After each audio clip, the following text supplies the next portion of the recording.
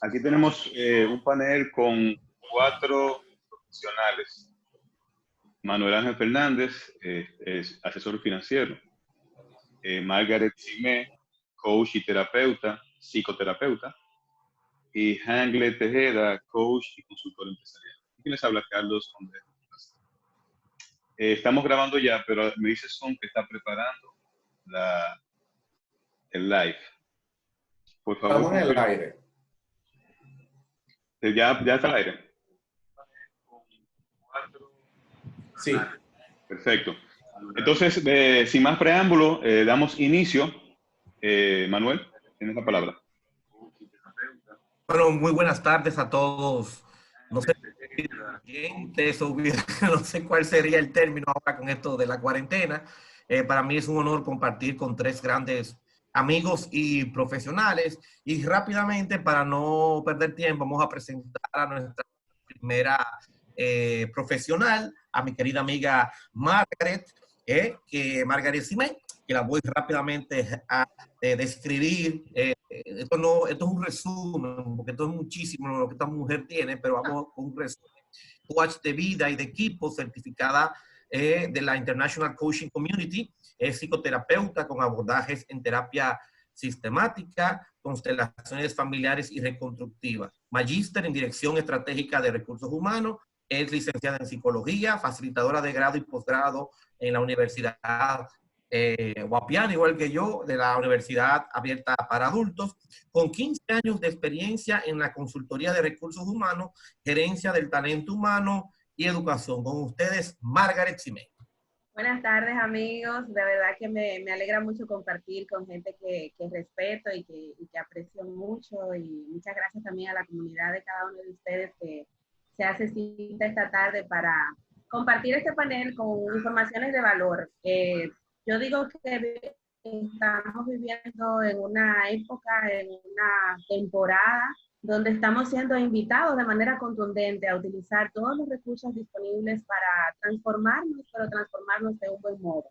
Y parte de esta propuesta es pues que podamos sacar a colación cuáles recursos en distintos ámbitos podemos estar utilizando de manera que esto pueda repercutir de una manera buena cuando la transición concluya, cuando ya bajemos los niveles de estímulos que estamos teniendo en este momento. Parte de lo que me toca compartir con ustedes es pues la parte emocional en un proceso de cambio, en un proceso de transformación, en un proceso de crisis. Y esto me lleva pues a describir un poco algunos términos que vamos a estar mirando en estos próximos 15 minutos. Al hablar de emociones como parte de los recursos que utilizamos en un proceso para manejar el cambio, es importante poder saber que la emoción cumple una finalidad incluso evolutiva. Entonces, ¿cuál es la participación que tiene la emoción en este proceso? La emoción responde a cómo yo me siento durante el proceso, cómo yo me siento ante el cambio, cuáles sentimientos se activan cuando me doy cuenta, cuando recibo la información externa de que voy a estar viviendo un cambio. Las emociones básicas con las que nosotros podemos entrar en contacto en cualquier circunstancia de la vida que estemos experimentando son 6. Todo lo que esté fuera de ahí son modificaciones que nosotros como seres humanos nos hemos inventado, que hemos hecho que eso se exprese con variantes. Pero las emociones básicas cumplen una finalidad evolutiva, cada una de ellas. Y estas 6 emociones, la primera es la ira.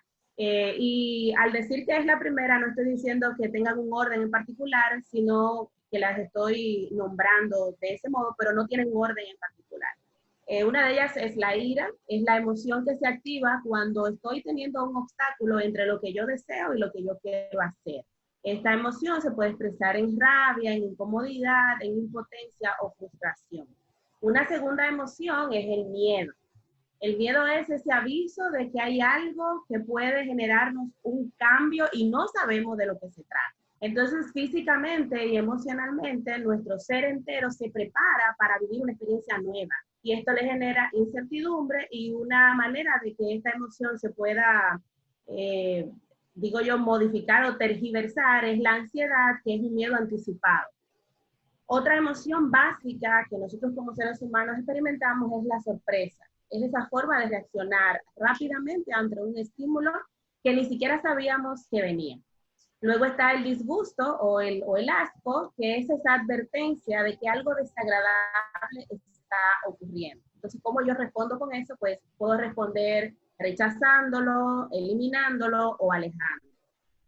Otra emoción que va de la mano con las dos últimas son la alegría y la tristeza. Una orientada a que hagamos contacto con lo placentero, con lo bueno de la vida, y la otra orientada a disminuir, que es la tristeza, a disminuir todas nuestras funciones corporales, físicas y emocionales.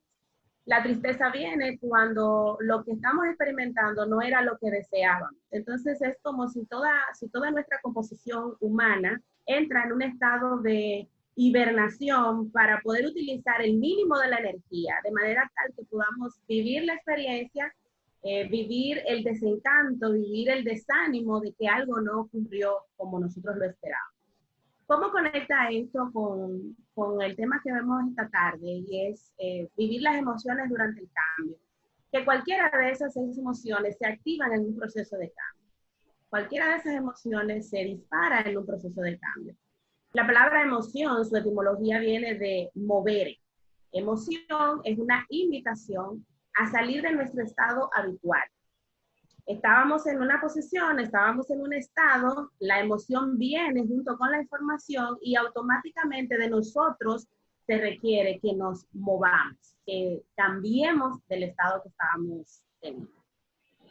Las emociones dentro de un proceso de cambio necesariamente nos invita a pensar en la palabra crisis. Algo muy interesante que me he dado cuenta yo de la crisis, de lo que he estudiado, es que la raíz etimológica de la palabra crisis está muy conectada con la palabra oro. ¿Tendrá algo que ver? ¿Qué piensan ustedes? Crisis, ese estado de invitación contundente a vivir algo diferente a lo que estábamos viviendo. La crisis no es el cambio en sí. La crisis es la información que llega, el evento que llega externo, que me pide de manera contundente cambiar. Cuando yo experimento esa experiencia, pues automáticamente mis emociones vienen a acompañarme. Y entonces puedo entrar o en rabia, frustración, o puedo entrar en miedo, o puedo entrar en disgusto, o puedo entrar en alegría, o puedo entrar en tristeza, o puedo entrar en cualquiera de las emociones que antes les cité. Entonces, la crisis es una invitación contundente a responder. Es una invitación, es un estímulo contundente a que yo cambie la manera como yo me estaba conduciendo hasta ese momento.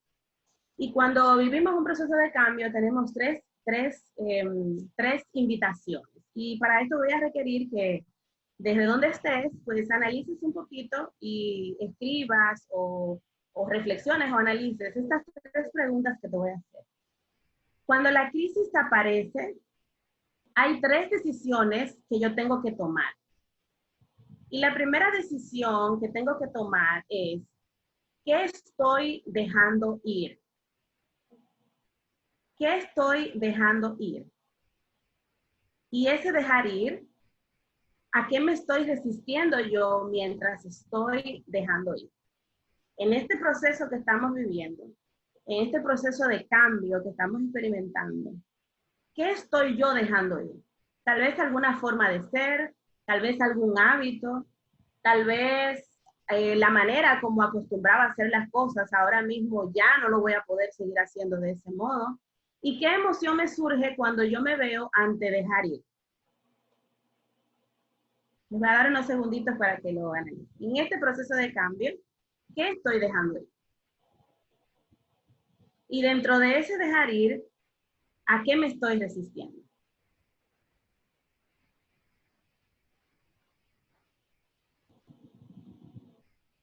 Muy bien. La segunda pregunta que voy a compartir con ustedes es, ¿a qué le doy la bienvenida? ¿Qué es aquello que se me está presentando nuevo en esta situación que no lo tenía antes? ¿A qué le estoy dando la bienvenida? ¿Qué es esto nuevo que me está surgiendo? ¿Y qué emociones me despiertan eso nuevo que está apareciendo? Toma nota ahí, analízalo un poquito, a ver qué información te puede dar eso. Y la tercera pregunta, que quiero invitarte a revisar, a reflexionar, a darte cuenta, es qué deseo mantener. ¿Qué es aquello que antes del proceso de cambio estaba? ¿Qué es aquello que estoy teniendo ahora en este momento? Que cuando todo retorne, que cuando me enfrente a la nueva realidad, me gustaría mantener. ¿Qué es eso que me gustaría mantener?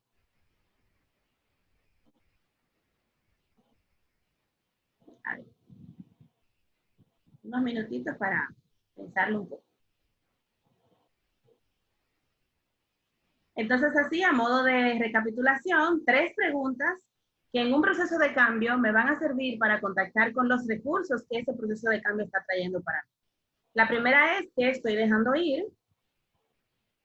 ¿A qué le voy a decir adiós? ¿De qué me voy a despedir? La segunda, ¿a qué le doy la bienvenida? ¿Qué es eso nuevo que se está integrando a mi vida que antes no estaba? ¿Y cuál es ese recurso que antes estaba, que estoy teniendo en este momento y que deseo mantener en la nueva realidad? 3 preguntas de valor que permite que nosotros podamos contactar en un proceso de cambio con los recursos que el cambio nos trae. Si bien es cierto que nuestras emociones a veces no están trabajando a nuestro favor, una posición responsable de yo mantener con mis emociones es decir, yo soy el dueño de lo que siento, qué es lo que está pasando conmigo, que no estoy viviendo este proceso de cambio de un buen modo o de una buena manera. Entonces, pensar en esas 3 preguntas te puede contactar con lo bueno del proceso de cambio. En vez de conectarte con la pérdida, en vez de conectarte con la frustración, en vez de conectarte con la tristeza. Y dicho esto, me gustaría también puntualizar. Las emociones son mensajeras. Las emociones no están para nosotros suprimirlas. Las emociones son mensajeras. Entonces, si un mensajero llega a tu casa a llevarte algo, lo que sea, un regalo, un envío, lo que sea, a mí me encantan los mensajeros inesperados, me encantan las sorpresas. Si el mensajero llega a mi casa, ¿cuál va a ser mi movimiento? Decirle, no, aquí no vengas, vete, lárgate de ahí, no me traigas nada. Tengo que ver qué es lo que el mensajero me está trayendo. Entonces, ¿qué ha pasado muchas veces ante el proceso de cambio? Que estábamos operando de una manera automática, estábamos como en piloto automático. Al apagarse todos los estímulos en este momento, estamos confrontando y escuchando a este mensajero en voz alta. Y yo diría que a veces lo estamos escuchando en un sonido tan alto que es como si tuviéramos un DJ frente a la casa.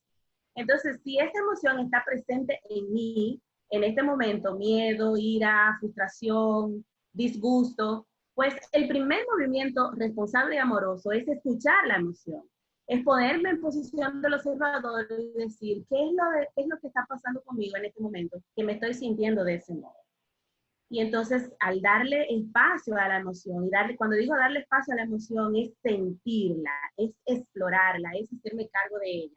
Nosotros hemos aprendido, nos han dicho muchas veces, no, no te sientas triste. Si tú le dices, por ejemplo, a un amigo, lo llamas, me siento triste hoy, me siento desanimado, ¿cuál es la primera respuesta que te dicen? No, no te sientas así. O busca la manera de poner música y salir de ese estado. Las emociones son como, alguien lo mostró como una cabeza, y depende de nosotros que hagan nido sobre nuestra cabeza. Dejar que las emociones den vueltas sobre nuestra cabeza es mirarla, es observarla, es ver cuál es el mensaje que trae para mí esta emoción. Una vez que la emoción se expresa, es como el niño pequeño que está dando vueltas en la casa, que hasta que no le prestamos atención, el niño va a seguir brincando y haciendo bulla y haciendo escándalo. Entonces, la mejor manera de poder lidiar con nuestras emociones es sentarnos, reflexionar, incluso hasta expresar lo que estamos sintiendo. Un buen recurso para expresarlo puede ser un buen amigo. Hay amigos que tenemos que son oídos disponibles para nosotros pensar en voz alta, escribir, hablar con un profesional, alguien que te pueda orientar, que te pueda apoyar. no dejes que la emoción se quede ahí estancada y no inviertas tiempo en eliminarla o en ignorarla, porque de alguna manera va a surgir de otro modo. Entonces, con esto cierro y le doy lugar entonces ahora a las preguntas. Hola, están en silencio ustedes. Activen los micrófonos. Sí, Margaret, quiero hacerte una pregunta, porque te escucho de lo que quiero dejar ir y todo eso. Pero ¿y qué pasa si lo que nos da es miedo dejar ir? ¿Qué pasa cuando esa realidad que yo vivía hace 45 días, siento que la perdí, siento que ya no existe? Entonces, el dejar ir lo que me causa como más ansiedad. ¿Cómo podemos manejar eso? Bueno, como te decía, la emoción lo único que pide es ser expresada. Entonces, una buena manera de manejarla es expresar lo que eso me está sintiendo, lo que eso me está provocando. Si tengo miedo, ¿miedo a qué? Si tengo ansiedad, ¿qué me genera ansiedad? ¿Qué es lo peor que puede pasar? Y entonces ver ese cuadro de frente, en terapia sistémica decimos que cuando algo lo miramos pierde fuerza, porque ya no se ve tan grande como lo pensábamos. Entonces, una acción que puedo hacer es expresar, decir cómo me siento frustrado, me siento asustado, voy a tener que dejar esto y eso me hace sentir de tal modo. No hay una cultura de expresar cómo nosotros nos sentimos. Entonces, aunque parezca algo simple, solamente expresarlo ya se convierte en un elemento sanador y transformación de la situación. Muchas gracias. Voy yo. Adelante. Sí, Margaret. Obviamente, para todos, este proceso nos ha cambiado la forma de trabajar y de convivir en familia. Le decía yo a Carlos que antes uno salía a trabajar, volvía al hogar. Ahora todo se está concentrando en el hogar. Y a veces trae sus conflictos internos con la pareja, con el niño. ¿Cuál es la mejor forma de lidiar con esa nueva tensión de tener que combinar el espacio laboral con el espacio familiar? Bueno, varias cositas podemos sacar de esa pregunta. La primera es estructura. Si no hay estructura, se nos va a armar un caos. Entonces, el orden es lo primero. Establecer un espacio, establecer un lugar, establecer un escenario donde mi familia y quienes me acompañan sepa que ese es mi lugar de trabajo. Y entonces eso va a disminuir una amplia cantidad de conflictos porque al generar el orden, pues todo el mundo sabe lo que le toca. Lo segundo es abrir la conversación. Asimismo, como yo puedo manifestar mis inseguridades en este proceso, asimismo mi hijo de 10 años, mi hijo de 4 años, mi hija de 17 años, también tiene preguntas. Entonces, ¿qué esperan los niños en este espacio? Que sus preguntas sean contestadas y que sus emociones también sean atendidas. Entonces, luego que tengo la estructura generada de mi espacio de orden y que mi familia, la manera que me puede apoyar es respetando mi espacio de trabajo, entonces generar ese espacio de conversación, ese espacio donde yo escuche al niñito, ¿qué preguntas tú tienes? Yo ayer veía a alguien que le preguntaba a su hijo de 8 años, ¿qué preguntas tú tienes sobre el coronavirus? Y el niño le contestaba, quiero saber qué es lo que le pasa a la gente que se muere. Entonces eso automáticamente hace que entre el padre y el hijo haya una conversación. ¿Qué siente el niño? Me están escuchando. ¿Y qué siente el padre? Estoy cuidando a mi familia, estoy atendiendo sus necesidades emocionales. Entonces, estar todos juntos significa que a veces eso se vuelva un desorden. Entonces, establecer la estructura, establecer el espacio de orden, puede apoyarnos a todos y cada quien puede responder con las solicitudes que tiene en su día a día y como siempre, escuchar, abrir espacios de conversación de valor que al final lo que generan es una cercanía diferente, es lo que generan es una empatía entre los miembros de la familia. Con esas dos cosas yo creo que gran parte de los conflictos se pueden disminuir. Yo, una de las cosas que más veo que preocupa a la familia, sobre todo a los padres, también en relación a lo que decía Manuel, es el tema de que todo lo estamos haciendo en casa y ahora los padres hemos pasado a cumplir una serie de funciones que antes la teníamos descargada allá afuera, en instituciones. Es decir, los padres somos, además de papá y mamá, también somos instructores de clases de ballet, somos los maestros del colegio, damos clase de música, clase de comida. Entonces, al final, la gente está diciendo, ahora siento que estando en casa estoy haciendo más cosas y al final acabo agotado, tenso. ¿Cómo manejar todas esas situaciones que implican también una organización bastante ardua? Porque tengo que trabajar, tengo que ser maestro, tengo que hacer todo eso. ¿Cómo vivir eso en la casa? Bueno, eso podemos tomar un poquito de lo que hemos compartido hasta ahora, el tema del orden y la estructura. ¿Qué es lo que pasa cuando me siento tan cansado de todo lo que tengo que hacer? Es que no he podido hacer los cambios de switch durante el día, que no me ayuda a que esté en el mismo escenario. Entonces, estar en el mismo escenario donde trabajo. Entonces, establecer horarios para cada cosa puede ayudar mucho. Otra cosa que puede ayudar es que dentro de ese horario también haya horarios de ocio. Una de las cosas con las que me he encontrado es que la gente maneja culpa por no estar haciendo nada. Entonces, también date espacio para estar libre, para sentir el cansancio que genera esta situación.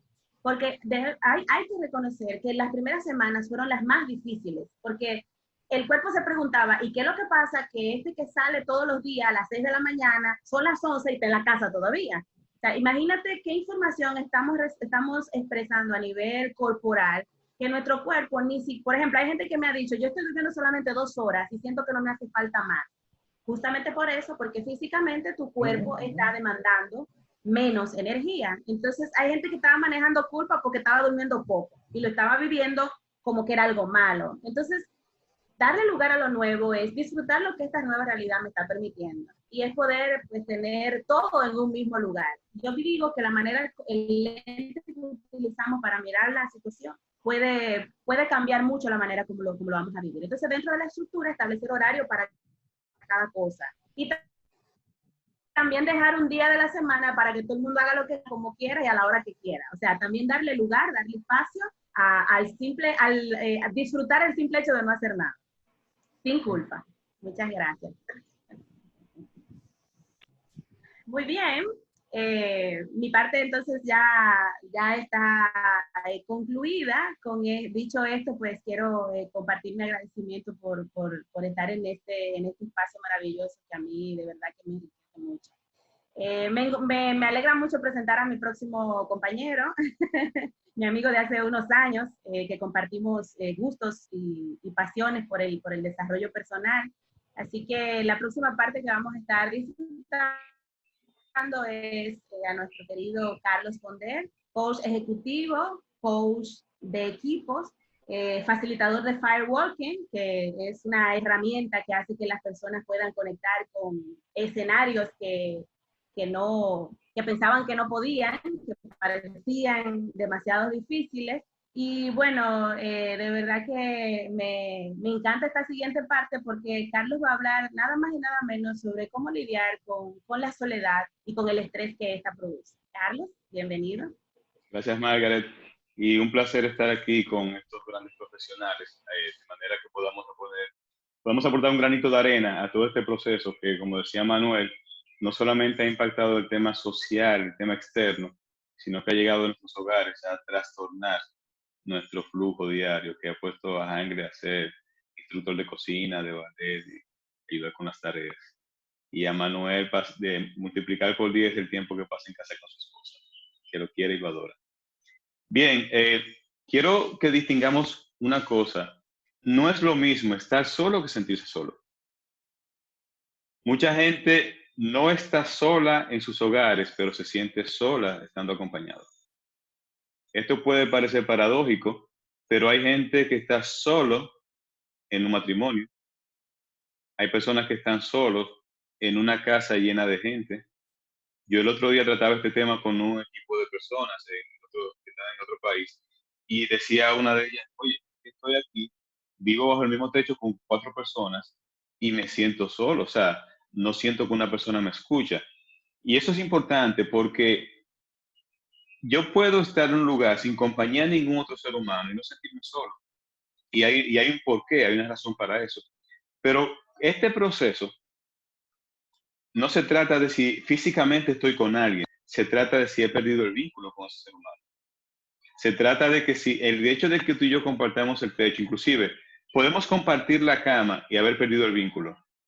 Y no estoy hablando del vínculo físico, del contacto sexual, estoy hablando del vínculo de saber qué tú piensas, qué te asusta, cuál es tu incertidumbre, esas emociones que mencionaba Margaret, cuál es tu sentimiento de pérdida, qué oportunidad tú ves en este proceso, qué estás aprendiendo. Es darme la oportunidad de escucharnos. Porque esta situación de estar tanto juntos en casa nos ha llevado a un nivel de contacto que no teníamos previamente, que no teníamos antes. Y esta situación nos ha encontrado con la sorpresa de que no sabemos comunicarnos con las personas con las que vivimos. Y aunque suene un poco triste, estoy frente a un extraño. Estoy frente a una persona que maneja las situaciones de un modo, que tiene unos puntos de vista, que tiene una manera de ver la vida, de ver la crisis, que la desconozco, porque lo único que veía era la persona que esté en casa cuando llego a las 7 de la noche y compartimos 2 horas, 3 horas entre la parte operativa, los niños, lo que hay que hacer, casi no nos hablamos entre nosotros, no nos damos chance de comunicar. Pero esa persona que ya me acostaba y volvía a verla media hora en la mañana y luego me iba, como algunos de nosotros que trabajamos mucho dando servicio a las empresas fuera de la ciudad, ahora me toca estar en casa todo el tiempo que estoy despierto. Me toca estar con esa persona 16 horas, 18 horas, 14 horas. ¿Y ahora qué vamos a hacer? ¿Para dónde voy? Entonces, si no trabajo en fortalecer ese vínculo, me voy a sentir solo. Y en un momento de crisis, la soledad es crítica. Nos genera ansiedad, nos genera sentimiento de abandono. Nos puede provocar la posibilidad de entrar en un estado depresivo, en un estado de ansiedad, que inclusive se puede sintomatizar físicamente. Y hay personas que se sienten enfermas, no porque realmente tengan una enfermedad como tal, un virus, una bacteria, una afección, es porque la soledad los está matando. Y yo leía un artículo que publicó la Clínica Mayo de Estados Unidos y decía que, han hecho los estudios y la zona del cerebro que se activa cuando me siento solo es la misma zona del cerebro que se activa cuando siento dolor físico. Perder ese vínculo, y es interesante porque yo le comentaba a alguien, estos dispositivos que hasta hace 2 meses nos alejaban, son los que nos han mantenido cerca.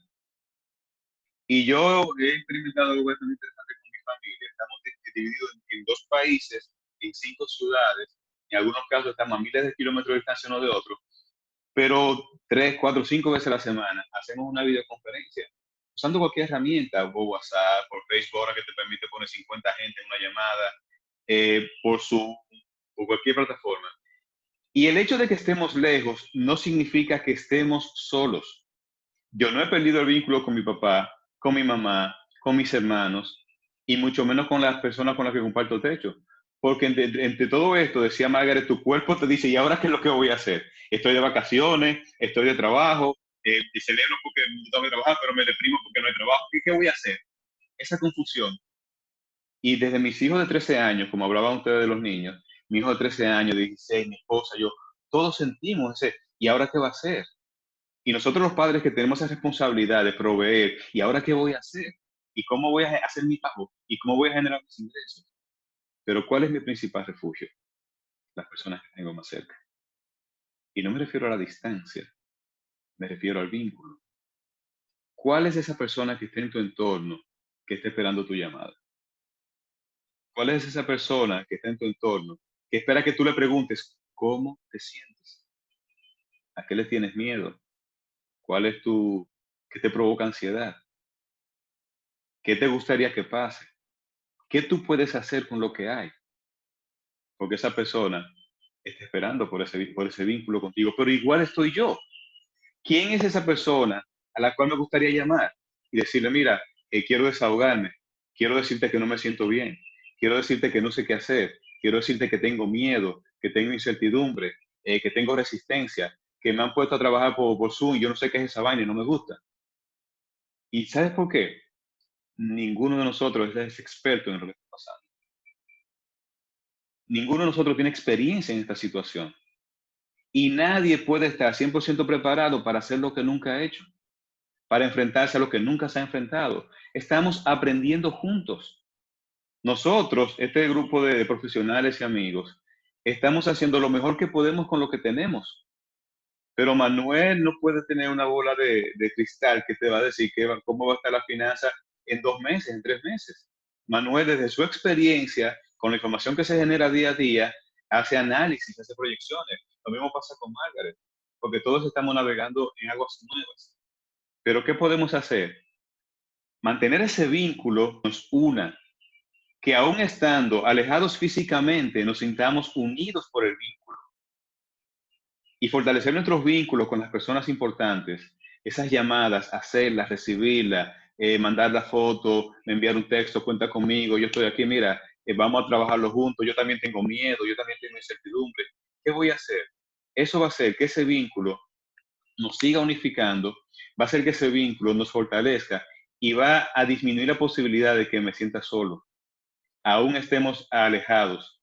Nosotros 4, como profesionales, como amigos, como compañeros en algunos proyectos, estamos distanciados a muchos kilómetros de distancia, pero desde hace días estamos conectados y yo sé que yo cuento con Manuel y yo sé que comunico con Hangler porque tenemos un proyecto que queremos manejar y eso hace que yo diga, bueno, yo no estoy desamparado, mi incertidumbre la comparto, inclusive algo bien interesante que se nos ha ocurrido a Hangler y a mí y a Margaret, es que hemos visto qué tú estás haciendo, qué has aprendido y qué yo puedo aplicar. Lo poco que puedo, que el aprendizaje que va generando Hangler, más el aprendizaje que va generando Margaret, más el aprendizaje que genero yo, nos permite aprender más juntos, nos permite fortalecer ese vínculo. Y en la medida que te cuido a ti, me cuido a mí. En la medida que nos cuidamos, no nos sentimos solos, nos sentimos protegidos y vinculados. Y en esa medida nuestros niveles de estrés van a disminuir. Espero que esta conversación te sea útil y creo que mis compañeros tienen algunas preguntas por ahí.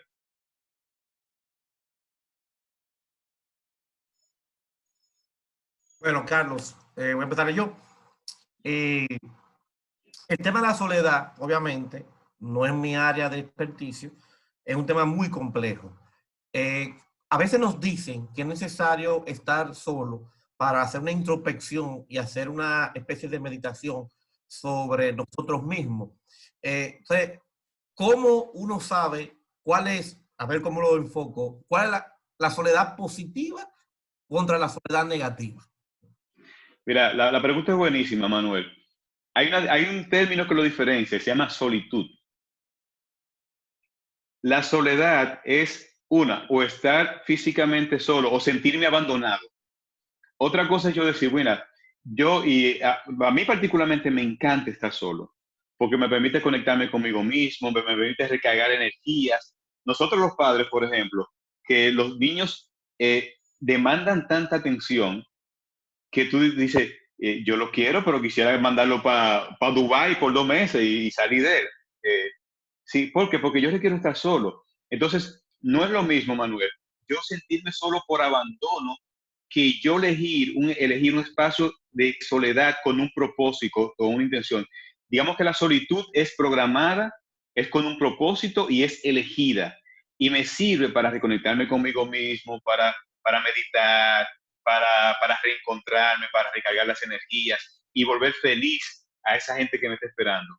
La soledad, quizá dañina, como tú decías, es sentir que no cuento con nadie, que no le importo a nadie, que nadie me llama, que esa sensación de abandono. Entonces, aquí la recomendación sería, asegúrate de estar solo por elección y con un propósito y no estar solo porque no cuidaste tus vínculos y te sientes abandonado. Creo que ahí podemos diferenciar un poco.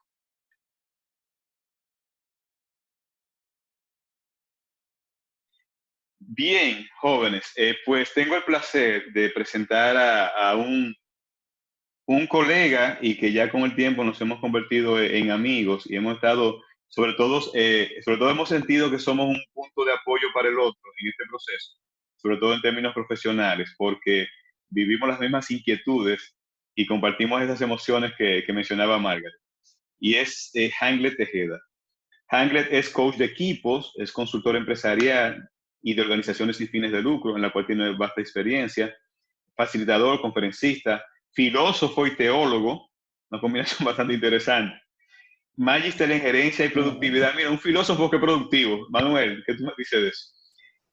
Y enfocado en temas de liderazgo, trabajo en equipo, desarrollo personal y experto en gestión de proyectos de desarrollo. Así que con ustedes, Hanglet Hanglet Tejeda, perdón, me crucé ahí.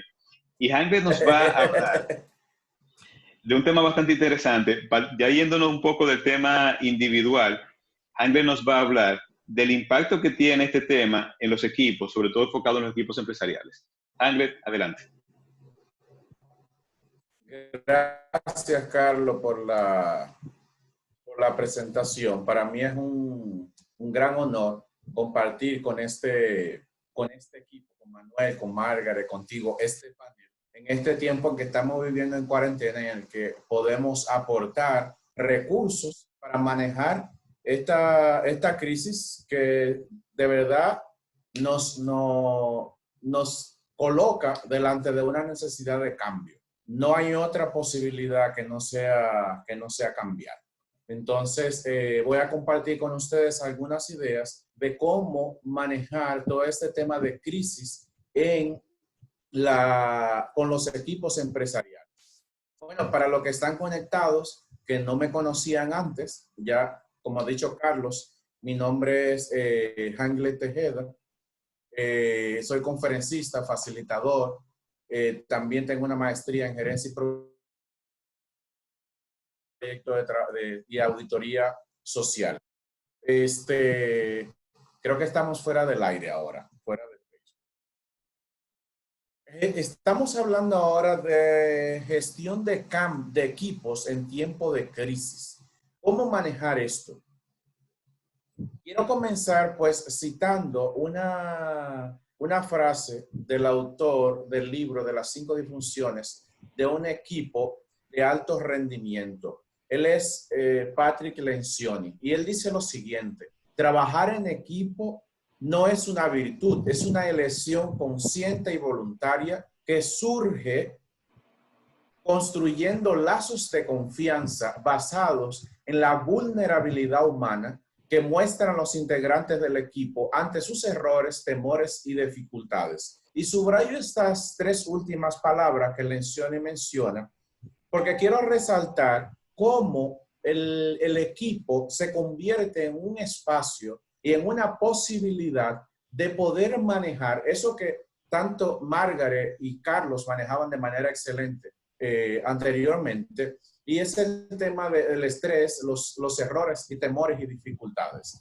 Esta situación, primero que todo, ha generado a todo el mundo, pues, miedos, temores, el no saber para dónde vamos a ir, qué va a pasar en el futuro, incluso con el trabajo y demás. Entonces, el equipo, los miembros y sus líderes tienen que generar ese espacio de cuidar a cada uno de los miembros. Los miembros de un equipo son responsables unos de los otros, y donde se pueda en el equipo conversar cuáles son los temores, cuáles son los miedos, cuáles son las dificultades que el equipo está pasando en este momento. Y es así como se va construyendo los lazos de confianza que posteriormente van a servir de zapata para el equipo de trabajo.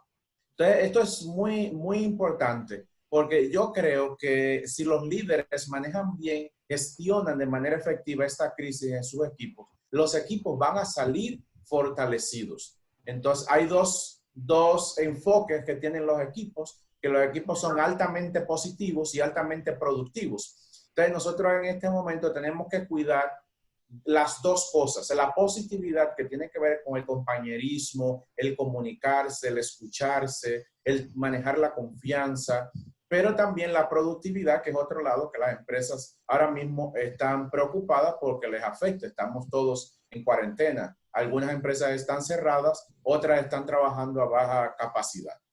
Pero de una u otra manera, el equipo de trabajo se vuelve este lugar donde los miembros pues tienen que cuidarse, escucharse y manejar todos esos temores, errores y dificultades que están sintiendo. ¿Cuál es el comportamiento muestran los equipos cuando estamos en un proceso de crisis? Bueno, aquí estoy mostrando un poco una gráfica. El primer comportamiento es el tema de la negación. A todos nos pasó, no solamente dentro del equipo, sino que al principio nadie estaba planificado para esta situación. Y cuando de repente estamos todos en la casa, todo el mundo tenía planificación, tanto su emprendimiento, su negocio, su trabajo, todo el mundo comienza a negar. Y a negar por miedo. Miedo por todo lo que genera el coronavirus y esta situación. ¿Cómo va a ser que esto esté pasando? No puede ser, vamos a volver pronto y demás. Esto tiene que ser acompañado, el equipo tiene que ser acompañado para que pase a una segunda etapa, a un comportamiento de aceptación. Y esto tiene que parte de una actitud de flexibilidad, de soltar, de reconocer que estamos ante una situación totalmente distinta y entonces pasar a un tercer comportamiento que es la exploración. Es decir, cuando ya yo acepto la situación en la que estamos viviendo, yo comienzo a explorar de manera creativa y a innovar nuevas posibilidades de relacionarnos, nuevas posibilidades de comunicarnos, nuevas posibilidades de dar continuidad a la producción, al trabajo en equipo. Ustedes saben que hay equipos, antes de que entráramos en esta situación de crisis, que equipos virtuales. Muchas empresas que manejan equipos de manera virtual y sus reuniones normalmente eran por Zoom. Y antes lo veíamos como un caso raro. Bueno, y le preguntábamos, cuéntanos su historia y su testimonio, cómo lo manejan. Sin embargo, ahora estamos explorando que la posibilidad que creo que cuando volvamos a lo normal, eso va a ser, realmente se va a quedar así porque hemos visto lo rico que es, pues poder hacer esto. De esa misma manera, tenemos que seguir explorando de manera creativa cuáles son las opciones para seguir trabajando en esto. El paso por esta etapa, aunque lo he explicado de manera sencilla, tiene que ser acompañado por un líder y los miembros no van pasando de una etapa a otra de manera automática o al mismo ritmo. Tiene que haber un acompañamiento de coaching y demás para que este proceso se vaya dando, para que el equipo, sus miembros pasen de la negación a la aceptación y luego a la exploración. En ese sentido, la función del líder o gerente de la empresa es acortar el tiempo entre la fase de negación y aceptación para que pase rápidamente a la fase de exploración, porque de quedarse el equipo en la etapa de negación y aceptación, entonces va a ser afectada la producción, la productividad y el desempeño de la empresa. La gente se va a quedar en las dos primeras etapas paralizadas, sin saber para dónde ir ni qué hacer. Sin embargo, en la exploración vamos a crear nuevos escenarios. ¿Cuáles habilidades necesita tener un líder y gerente para manejar la crisis? Bueno, la capacidad de análisis objetivo, hay que estar atento a las señales de los tiempos y desde ahí poder manejar relaciones de manera positiva, porque se van a generar, aunque no estamos juntos, se generan crisis entre las relaciones aún de manera virtual. Flexibilidad para poder explorar y entrar en algo nuevo. Capacidad de tomar decisiones y acción, no solamente de analizar, sino de tomar acción y decisión ante todo lo que está pasando. Manejo de los miedos, tanto propios como de los miembros del equipo. Una gestión efectiva y eficaz de los conflictos que se vienen dando, también conectado con el tema de la relación interpersonal. Es importante que los líderes desarrollen y también los miembros del equipo la escucha activa. Para mí la escucha activa es como una medicina. Hay gente que solamente en estos tiempos necesita ser escuchada y siendo escuchada le vas a ayudar a avanzar de esa etapa de negación que lo paraliza en el miedo a pasar a la aceptación y luego a la exploración. Es necesario en este proceso, conectado con la flexibilidad, que podamos desaprender y aprender nuevas habilidades. Lo hacíamos de una manera y nos funcionaba antes de todo esto, pero ahora estamos ante otra situación y tenemos que aprender pues nuevas realidades. Lo otro es desarrollar estrategias para entonces poder seguir. Todo este proceso interesante de comportamiento y gestión de crisis, quiero contarle que Carlos y yo hemos diseñado un proceso de coaching online para líderes y equipos, justamente para apoyar a las empresas a trabajar este proceso y acompañar. Así que nos pueden contactar en las redes sociales y demás, para que aquí las dejo también las mías. Aparezco como @jangletejeda en todas las redes para darle más detalles sobre esta propuesta. Y finalmente invitarles a visitar mi cuenta de Instagram, que en mi biografía van a encontrar un link con más de 900 libros que le van a ayudar a desarrollar, a seguir abundando en estos temas que estamos hablando. Así que muchísimas gracias por la atención y espero que esta reflexión pues nos pueda ayudar a seguir avanzando, encontrando recursos y a encontrar recursos para gestionar el cambio también en los equipos y en las empresas.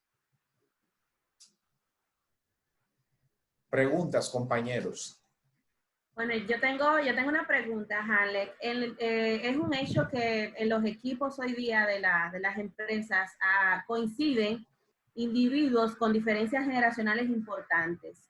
¿Cómo visualiza el coach de equipos esta situación? Que si bien pudiera ser un plus, que haya diversidad en los equipos, ¿de qué manera se maneja el punto de encuentro en las diferencias generacionales? Por ejemplo, en los gerentes que vienen de los años 40, 50, 70, que se hacía de otra manera, a los que tenemos hoy, a los chicos que son tan hábiles con este tema de la tecnología. De hecho, yo el otro día hablaba con alguien y le tenía que explicar cosas muy elementales de recursos tecnológicos. ¿Cómo maneja el coach de equipo esta situación que puede convertirse en una limitante? Claro. Con tu pregunta, la voy a comenzar recomendando una película que está en Netflix. Se llama Pasante Moda, que es, las 2 horas de película responde a tu pregunta. Cómo el encuentro de 2 generaciones muestra la riqueza de eso. Cómo una generación puede aprender de otra. Entonces, en el proceso de coaching, lo que acompañamos es para que se den todo un proceso conversacional entre las 2 generaciones, para que una pueda aprender de lo que la otra tiene, porque hay riquezas. No se puede quitar valor a una cosa, o como decir, hoy estamos con Zoom, moderno, tal. Hay que acompañar a la gente. Yo, por ejemplo, en el colegio de mis hijos, la maestra de pizarra y de tiza, cuando esto comenzó, dice, ay, yo no sé cómo voy a agarrar un Zoom y todo eso. Entonces se le acompañó hasta que ella hoy en día están en Zoom, están usando Classroom y todo eso. Entonces, las 2 generaciones tienen mucha riqueza y una puede aprender de la otra. Por ejemplo, en la película que acabo de recomendar, este señor que tiene unos 60, 70 años, llega a la empresa y él se siente desubicado. No sabe ni siquiera prender un computador. Sin embargo, ¿qué trae él a la empresa? Lo que Carlos decía ahorita. La tranquilidad, todos los jóvenes vivían apresurados, que las redes, que hay que vender, y él venía con la calma, escuchaba, sabía manejar, le enseñó a la gente a manejar crisis, a conversar. Entonces fue la suma de una cosa y la otra, fue muy interesante.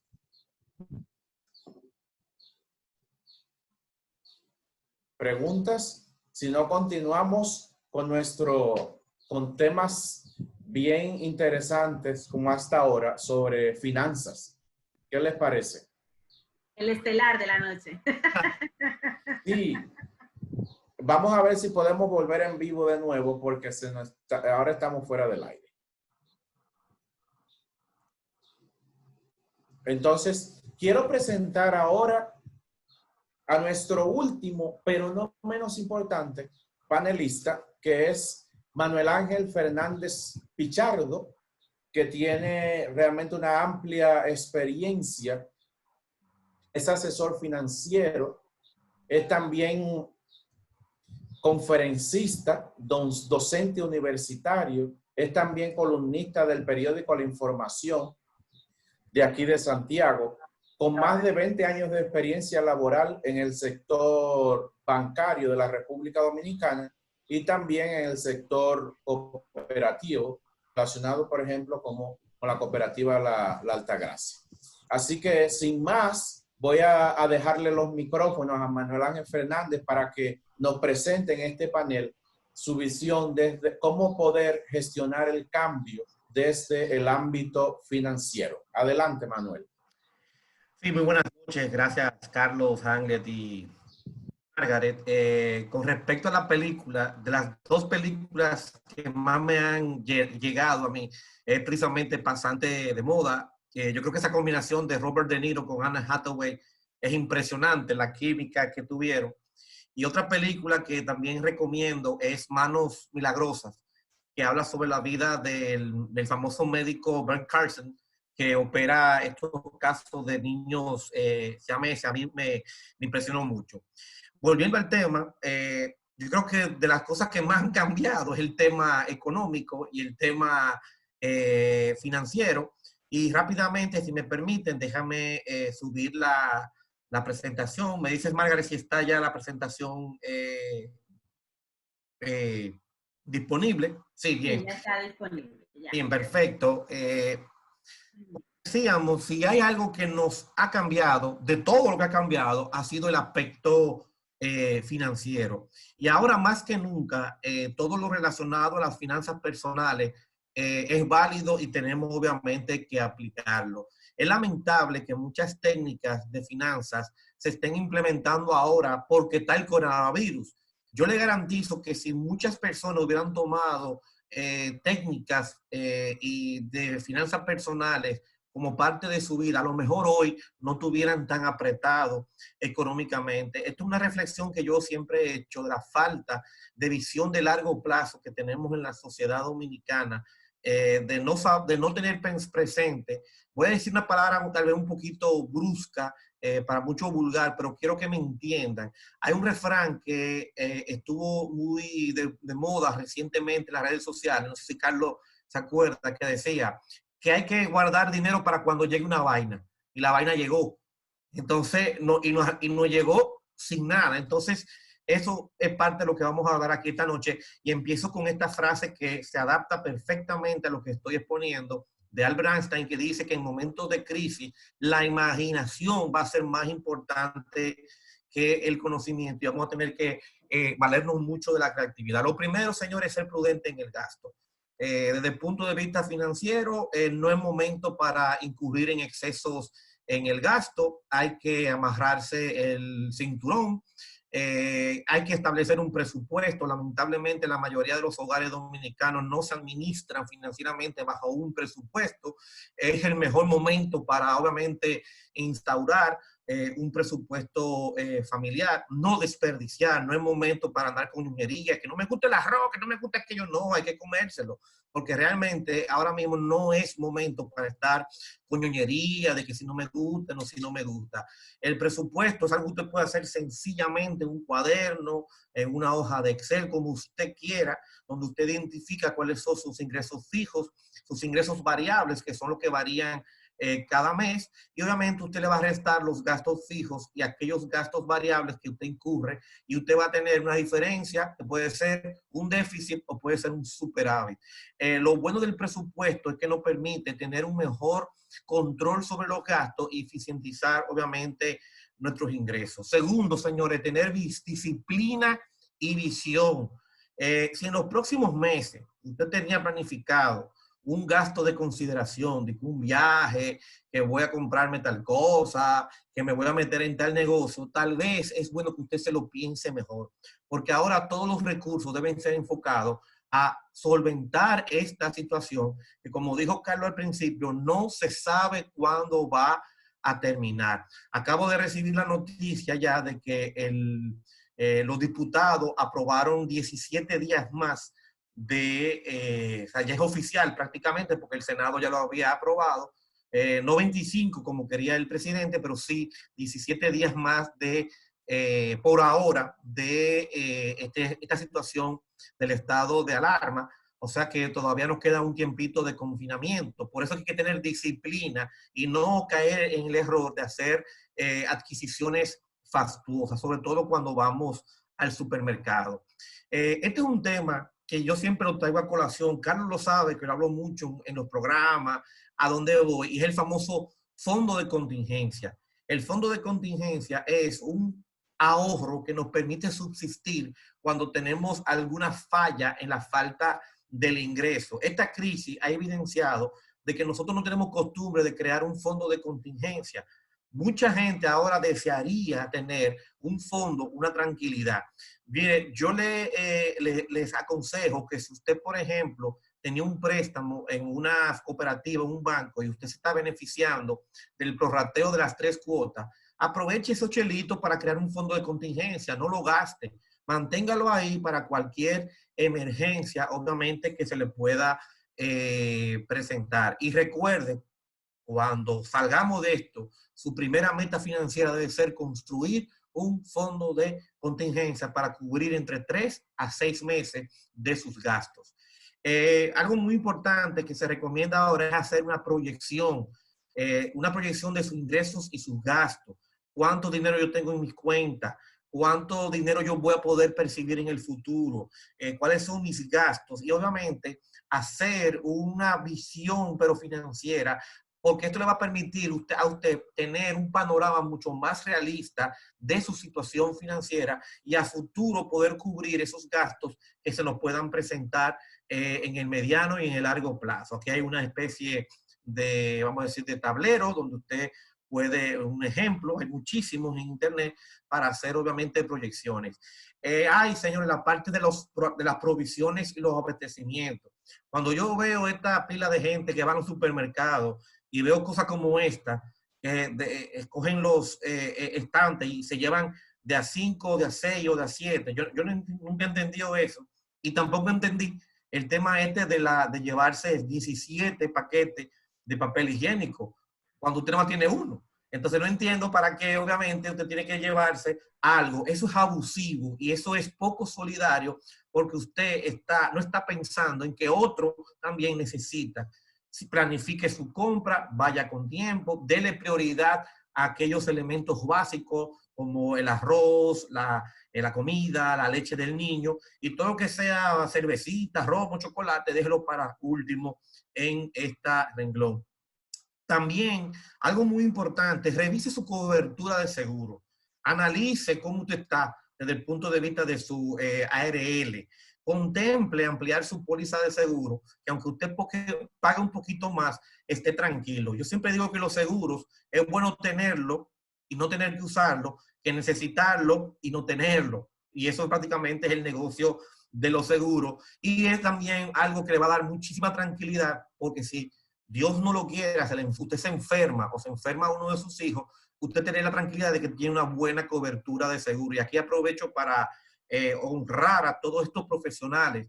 Algo muy importante, si usted ve que usted está en una fila y hay un médico, una doctora, una enfermera haciendo fila, permítale paso, hable con la gente del supermercado del negocio para que esas personas compren primero. Yo he visto muchas personas que no quieren, como yo, señores, pues un médico, deje que compre para que pueda ir obviamente a hacer su labor tan necesaria y en estos momentos. Ese otro punto que nosotros vamos a aprender, Carlos, Hamlet y Margaret, a valorar que la importancia vital que tiene para nosotros este tipo de profesionales. Creo que son de los paradigmas que se van a romper también con esto del paradigma. Nuestro hogar va a ser nuestro refugio. Ya ustedes han hablado mucho mejor que yo de ese tema. Establezca medidas de higiene. Cuando uno sale, hay un protocolo que uno tiene que cumplir, quitarse los zapatos, bañarse, desinfectar todo lo que usted trae, para no traer obviamente el virus a la casa. Son momentos, como usted ha mencionado, para compartir en pareja, leer libros y mantenerse informado, sobre todo de fuentes creíbles. Yo le voy a decir algo, y se lo decía a Carlos hace una semana atrás. Yo me tuve que salir como de 14 chats, porque me estaban volviendo loco. No es una cosa que a mí, desde que dejé esos chats y dejé de ver ciertas noticias rocambolescas que aparecen por ahí, me he dado cuenta que mi nivel de estrés se ha obviamente reducido. Ahora, finalmente, si usted está en la situación de que lo han cancelado, de que lo han mandado para su casa, yo creo que es un momento, a mí me encanta esto porque esto debe ser siempre. Y Carlos, que hemos manejado, y Hangley y Margaret, la parte de emprendimiento, si usted ha sido suspendido, primero trate de negociar con su empleador para que le compute eso como si fueran vacaciones. Si no, señores, si usted tiene un pasatiempo, si usted es bueno haciendo pastelitos, si usted tiene un motor y lo puede ofertar a un negocio para que usted transporte mercancía, señores, no es momento para andar con chulería. Ay, que yo no hago eso. No, esto es un asunto de sobrevivencia y de generar, obviamente, flujo de efectivo. Si usted es bueno en algo, trate de convertirlo en una fuente de ingresos adicional. Hay muchos psicólogos que están dando terapia. Yo conozco uno que está dando terapia así mismo vía Zoom. Yo me encontré el otro día un tipo, oye esto, Carlos, oye qué ingenio, aunque eso ya existía, pero es un tipo que vende turno. Él tiene un equipo de 10 tipos que dice, mira, ponte ahí a hacer turno de las 7 de la mañana para el banco y te lo vende por 500 pesos. Y a veces uno por desesperado le da sus 500 pesos. El tipo se mete como 6,000 pesos diarios en ese asunto. Y si no vas a emprender, por lo menos aprovecha el tiempo para capacitarte en coger un curso de ventas, de inglés, de francés, para obviamente también darte un poquito de valor agregado en este tiempo. Por último, señores, soy solidario. Si, todo lo que usted da regresa, yo creo mucho en eso, el efecto boomerang. Si usted da, usted también va a recibir, y trate en la medida de lo posible, si su presupuesto se lo permite, ayudar a quien no tiene el privilegio que tenemos nosotros de tener alimento, luz y este tipo de facilidades en la casa. Y por último, esta frase genial que para mí no pasa de moda, de Charles Darwin, el padre de la evolución, que dice que las especies que sobreviven no son las más fuertes, ni las más rápidas, ni las más inteligentes, sino que aquellas que se adaptan al cambio. Y el éxito en este proceso de coronavirus será aquello que obviamente nos adaptemos al cambio, porque es innegable que el mundo después de esto va a cambiar. Vamos a ver todo desde un punto de vista totalmente diferente. Estamos en un punto de inflexión y lo sobreviviremos aquello lo que nos adaptemos obviamente a ese panorama. Ahí están rápidamente mi correo electrónico, mi teléfono, mi cuenta de Twitter y mi cuenta de Instagram, donde cualquier consulta que quieran hacer, pregunta, estoy obviamente a su disposición. Ahora que si quieren hacerme una pregunta, estoy disponible. Manuel, sí, yo tengo una pregunta. Tú mencionabas el tema de los emprendedores. Según lo que se dice, lo he visto por ahí, el panorama de los emprendedores se ve bastante sombrío. Por un tema de que la economía vendrá en recesión, de que aún volvamos a la normalidad, se da una normalidad diferente, no como la conocemos, que la gente va a guardar cosas para lo esencial. ¿Qué tú les recomendarías a esos emprendedores que de repente no tienen un negocio que vende comida o que vende cosas esenciales, sino, por ejemplo, gente que vende ropa, cosas así? Sí, mira, Carlos, el emprendedor va a tener que reinventarse y va a tener que buscar, identificar con la situación que existe actualmente y viendo hacia el futuro, cuáles van a ser las próximas necesidades de los clientes. Y hemos visto que uno de los principales cambios que hemos evidenciado es que ya el cliente no va a ir a nuestro negocio. El negocio va a tener que ir a donde el cliente. Yo conozco restaurantes aquí en Santiago que no tenían delivery, lo tienen ahora. Yo conozco librerías que no tenían el servicio de delivery y lo tienen, que por cierto con muy buenos resultados. Yo conozco sastres que ya no están haciendo trajes ni vestidos, están haciendo mascarillas, están haciendo sombreros, están haciendo batas para el personal sanitario.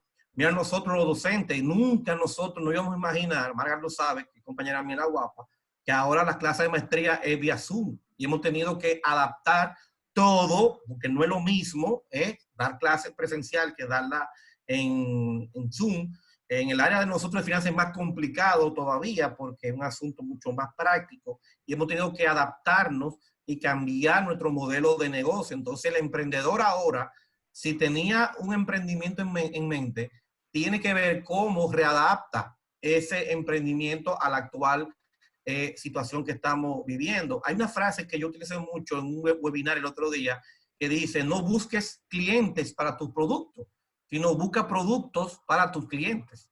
O creo que no, sí, no busques clientes para tu producto, busca productos que necesiten tu cliente. Así era la frase. Y eso es lo que hay que ahora identificar. Con este cambio radical que ha dado la vida, el mundo, cuáles son las nuevas necesidades que obviamente el emprendedor puede solventar, porque las hay. Porque en tiempos de crisis, obviamente, es donde se presentan las mejores oportunidades. Lo que pasa es que si usted se queda sentado en su casa, no la va a encontrar. Tiene que buscar la manera de identificar esas necesidades que este nuevo escenario nos presenta. Así es. Margaret. Yo tengo una pregunta, Manuel. Sí, yo tengo una pregunta. Yo me he encontrado con personas, Manuel, que le tienen miedo a hacer un presupuesto familiar. Porque cuando se ven en el espejo de que están en número negativo y de que el dinero no le alcanza, pues como que salen corriendo. ¿Sirve el presupuesto familiar para el que no tiene dinero suficiente para cubrir su presupuesto familiar? Sí, mira, lo que tú mencionas, yo me río porque yo tengo clientes o sea, a veces tenemos, con un socio que yo tengo, damos el servicio de lo que llamamos higienización financiera, que es una especie como de mezcla de psicología con finanzas. Y a veces le decimos a la familia o a una persona que enliste, que haga una lista de todas sus deudas. Y eso como si viesen un cuco. Y no lo hagan. El corazón. Sí, porque tienen miedo a verse con su realidad. Pero lamentablemente no hay que, tienen que hacerlo, porque los miedos hay que enfrentarlos, porque si no, entonces uno lo va a lograr vencer. Y el presupuesto sí funciona. Lo que pasa es que el presupuesto es como ir al gimnasio. Hay que ser disciplinado, porque usted no puede decir que está en el mejor gimnasio, pero si usted, como me pasaba a mí antes, si usted sale del gimnasio y se mete 2 pedazos de pizza y un vaso de refresco y un ¿cómo se llama esto? Una yaroa. Una yaroa de ese tamaño, usted no tiene nada. Entonces el presupuesto es igual. Si usted no lo aplica y usted no es disciplinado en su cumplimiento, no le sirve para nada. Hay que ser disciplinado y aplicarlo. Cuando una partida del presupuesto, por ejemplo, el ocio, educación se acabó y no hay vuelta de hoja. Eso es bueno porque para el próximo mes ya sabemos que tenemos que ser más eficientes en la administración de ese gasto. Así es. Tú mencionabas un término de higienización. ¿Tú me puedes explicar un poquito en qué consiste eso? Me llamó la atención. Sí, mira, ese término de higienización financiera lo aprendí cuando trabajaba en la cooperativa La Altagracia, valga la publicidad, cuando estábamos inmiscuidos en un proyecto con unos consultores. Ese término de higienización financiera lo aprendí de mi querido amigo Cristian Burgos, que es un experto en manejar proyectos financieros familiares. Entonces, la higienización financiera es precisamente ese proceso donde aprendemos a manejar y hacer un buen uso de los recursos y al mismo tiempo desmontar todas esas deudas tóxicas que atravesamos, pues, que tenemos arrastrando por muchos años. No es un proceso de la noche a la mañana, es un proceso bastante tedioso, pero necesario.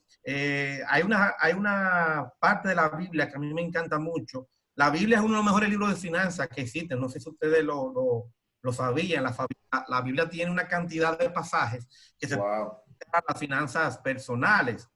Y hay una frase en Eclesiastés, que es el 7-3, que dice que más vale el dolor que la felicidad, porque obviamente el dolor nos ayuda a... el término bíblico no lo sé manejar, pero que nos hace más fuerte y nos hace más conscientes de las cosas. Entonces, muchas veces, cuando tenemos que ser exigentes con el gasto y que nos duela, al fin y al cabo, cuando lo hacemos con disciplina, Margaret, eso se convierte en una costumbre y después ya sale por sí solo. Yo lo puedo decir porque hace ya 11 años, 2006, 2007, yo fui víctima de la quiebra de uno de los bancos cuando la crisis de 2003. No tenía nada ahorrado. Trabajaba en uno de los bancos Yo salí de uno que quebró, ahí ven para otro que también quebró. Me fui de Guatemala para Guatepeor y me quedé sin pito y sin flauta por no ahorrar, por no tener un fondo de contingencia, por no llevar un presupuesto. Y me juré que a mí eso más nunca me iba a volver a pasar. Y ahora estoy muy contento porque con esta situación que se ha presentado, me doy cuenta, y es lo que trato de explicarle a ustedes y a los que nos están oyendo, que esto funciona. Lo de tener un presupuesto, un fondo de contingencia. Ese fondo de contingencia que yo tengo me permite dormir tranquilo, de tener una visión mucho más optimista y obviamente tener una percepción de la vida mucho más alegre. El problema es que ahora mismo la mayoría de los dominicanos nos han mandado para la casa sin no tener un fondo de contingencia, sin tener un presupuesto. Y ese es el mensaje ya final que quiero llevar. Ese es el cambio que tenemos que dar. Aparte del tema este de la ignorancia y del peregrino y de no hacerle caso al toque de queda, la otra parte, la parte financiera. Tenemos que aprender a tener una visión a largo plazo de la finanza. El ingreso, el sueldo, no es para toda la vida. En algún momento va a fluctuar o lo va a perder. Entonces uno tiene que estar preparado para cuando lleguen precisamente el periodo de vacas flacas. Eso es bíblico también, lo de la vaca flaca. Sí. Hay otra parábola que es la de los talentos, que es sobre la eficiencia. También. Hay otra que es un punto de... Nosotros los financieros lo vemos desde ese punto de vista, que es la parábola, Carlos la sabe, lo dije hace un tiempo, de la multiplicación del pan y de los peces. Realmente nosotros los financieros lo vemos desde el punto de vista de que hubo una mejor distribución de esa mercancía. Y cuando usted analiza la Biblia, usted se va a encontrar con muchísimos pasajes que cuando usted lo analizan son consejos financieros. Claro. Así es. Bueno, jóvenes, de verdad que eso es bastante interesante y cuando los temas son interesantes el tiempo se pone corto. Sin embargo, la buena noticia, hemos tenido algunos inconvenientes técnicos para quienes nos están viendo a través de Facebook, porque cada 5 minutos se cae. Como se llama, hemos dicho todo, estamos todos aprendiendo.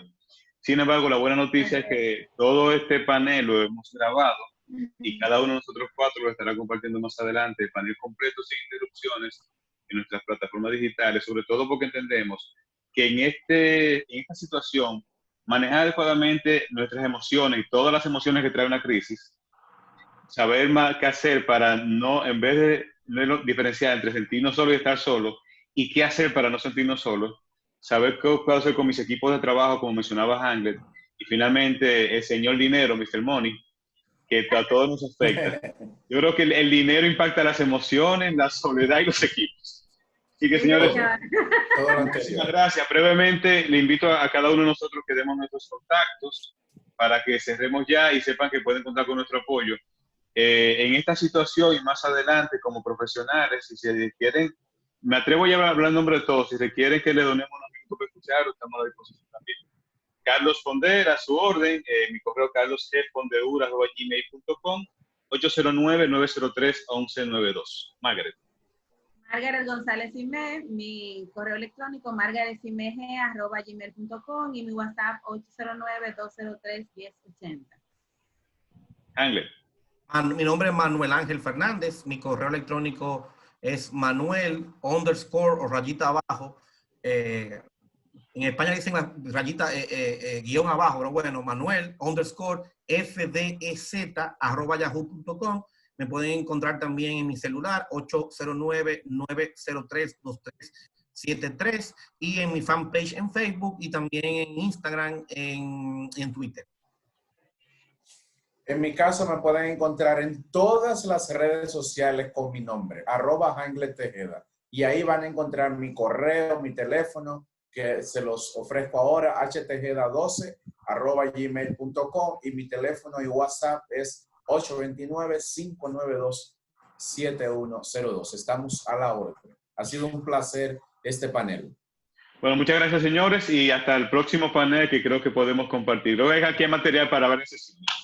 Bye, bye. Bye. Muchas gracias. Vamos a abrazar nuevamente. Chao.